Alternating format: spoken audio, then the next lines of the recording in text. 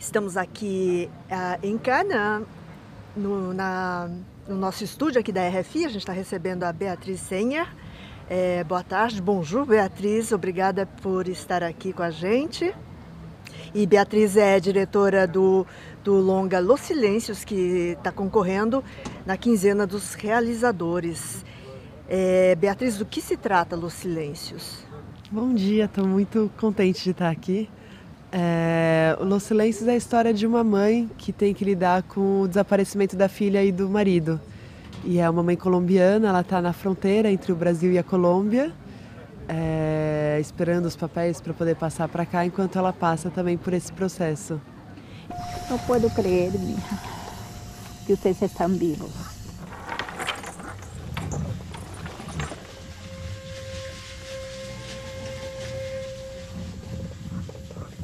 Tu abuelita ya te ha contado sobre los fantasmas de acá de la isla.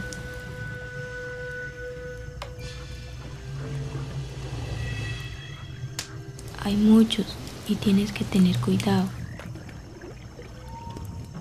E a gente acabou de ver o filme, é um filme assim muito amazônico. Eu queria que você me falasse da locação, porque ele se passa ali no local, como é que numa ilha. Eu queria que você me contasse sobre essa ilha. Então, ele se passa numa ilha chamada Ilha da Fantasia, que é uma ilha que realmente existe entre os três países ali, entre o Brasil, a Colômbia e o Peru.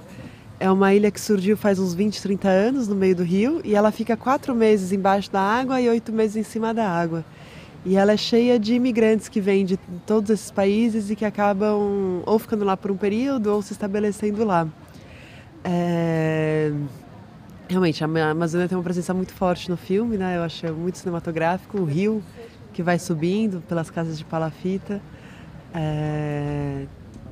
Estão bem fortes assim no filme. E como surgiu a história em si, a história dessa mãe que foge de um conflito? Eu queria que você me falasse sobre a ideia desse filme. Então, ela surgiu com uma amiga minha aqui, colombiana, que vive no Brasil, que me contou uma história da infância dela que eu fiquei super integrada.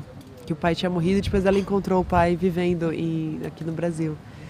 E aí eu comecei a pesquisar, descobri que a imigração colombiana é a segunda maior imigração para o Brasil, recente. Entrevistei mais de 80 famílias e vi que tinham histórias muito parecidas. E aí eu comecei a escrever o roteiro a partir disso.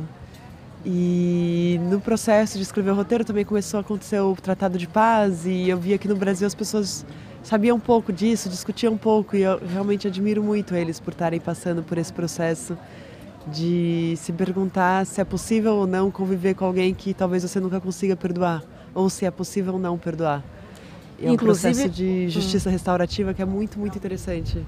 Inclusive no filme você tem vários não atores também que falam de verdade sobre essa experiência. Eu gosto muito dessa mescla, né, entre atores profissionais. Então tem a Marleyda Soto, que é a nossa atriz, a mãe, que é maravilhosa, uma grande atriz colombiana, e o Henrique Dias, que faz o pai, que é um grande ator também brasileiro. Os filhos, obviamente, são crianças, né?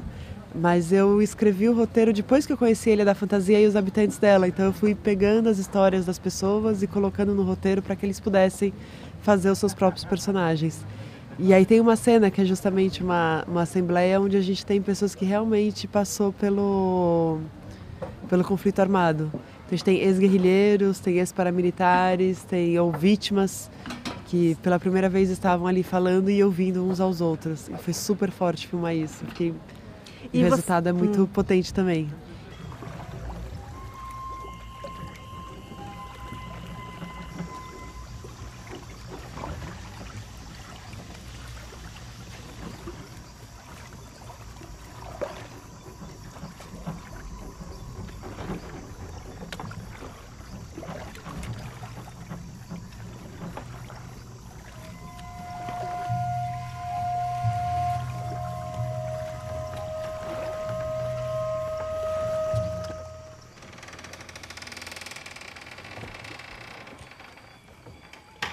E você fala nas entrevistas que o Brasil ele é muito voltado para a Europa, para os Estados Unidos, e conhece muito pouco sobre o que está acontecendo do lado.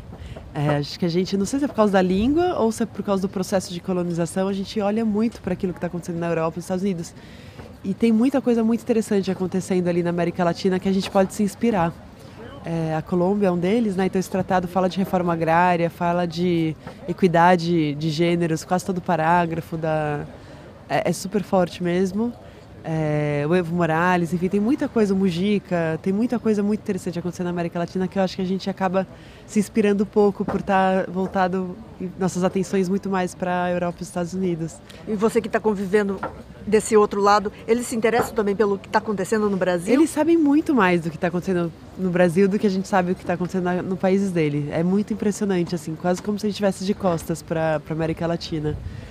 E eu espero que a gente possa mudar esse eixo de olhar, eu espero que a gente possa se olhar, porque a gente está passando por processos parecidos de descolonização, de alguma maneira, né? E de luta pelas igualdades sociais e tal. Então eu espero que a gente possa mudar esse eixo de olhar. E voltando para o filme, ele tem um elemento também de fantasia, ou mexe com fantasma. Isso você trouxe para a história ou você pescou essa história?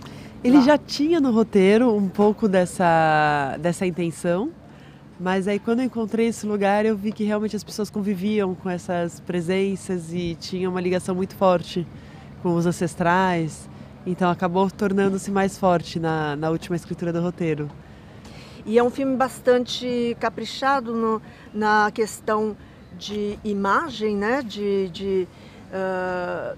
Dos locais filmados e luz e sombras. Eu queria que você me falasse um pouco sobre essa direção de arte, a fotografia. Então tinha dois conceitos que nos guiaram assim para fazer tanto a fotografia quanto a direção de arte do filme. Um deles era de ter pedaços da tela que estão completamente no escuro, que você não vê o que está acontecendo ali. E aí no som a gente trabalhou uma presença, elementos que te fazem intuir alguma coisa que você não consegue ver. Então a gente tem muitas cenas noturnas e muito esse desenho de sombra que a gente falava, né? E uma luz às vezes pequena que se mexe, que a gente só vê uma determinada parte, mas a gente não vê muito do que acontece com aquelas pessoas. E o outro conceito é do fluorescente, porque na cultura amazônica são cores que eles usam muito. Sempre tinha um detalhe fluorescente também. Sempre tem um detalhe, sempre tem, as pessoas usam bastante, então a gente usou de uma maneira narrativa, assim, cada vez mais, alguns personagens vão se tornando cada vez mais fluorescentes.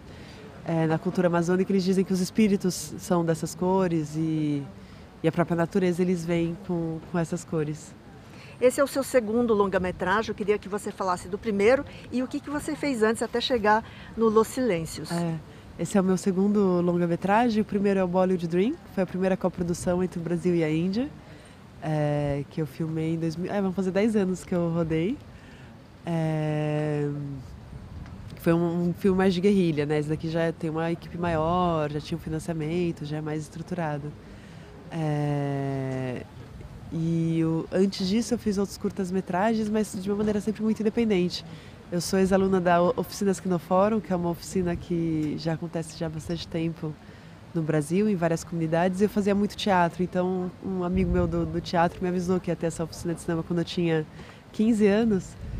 E aí eu fui lá fazer e fiquei super tocada assim, com o potencial da imagem, o potencial de poder mexer com a autoestima das pessoas, assim, de poder representá-las de uma maneira que elas se sentissem mais empoderadas. E foi muito forte para mim ter essa experiência.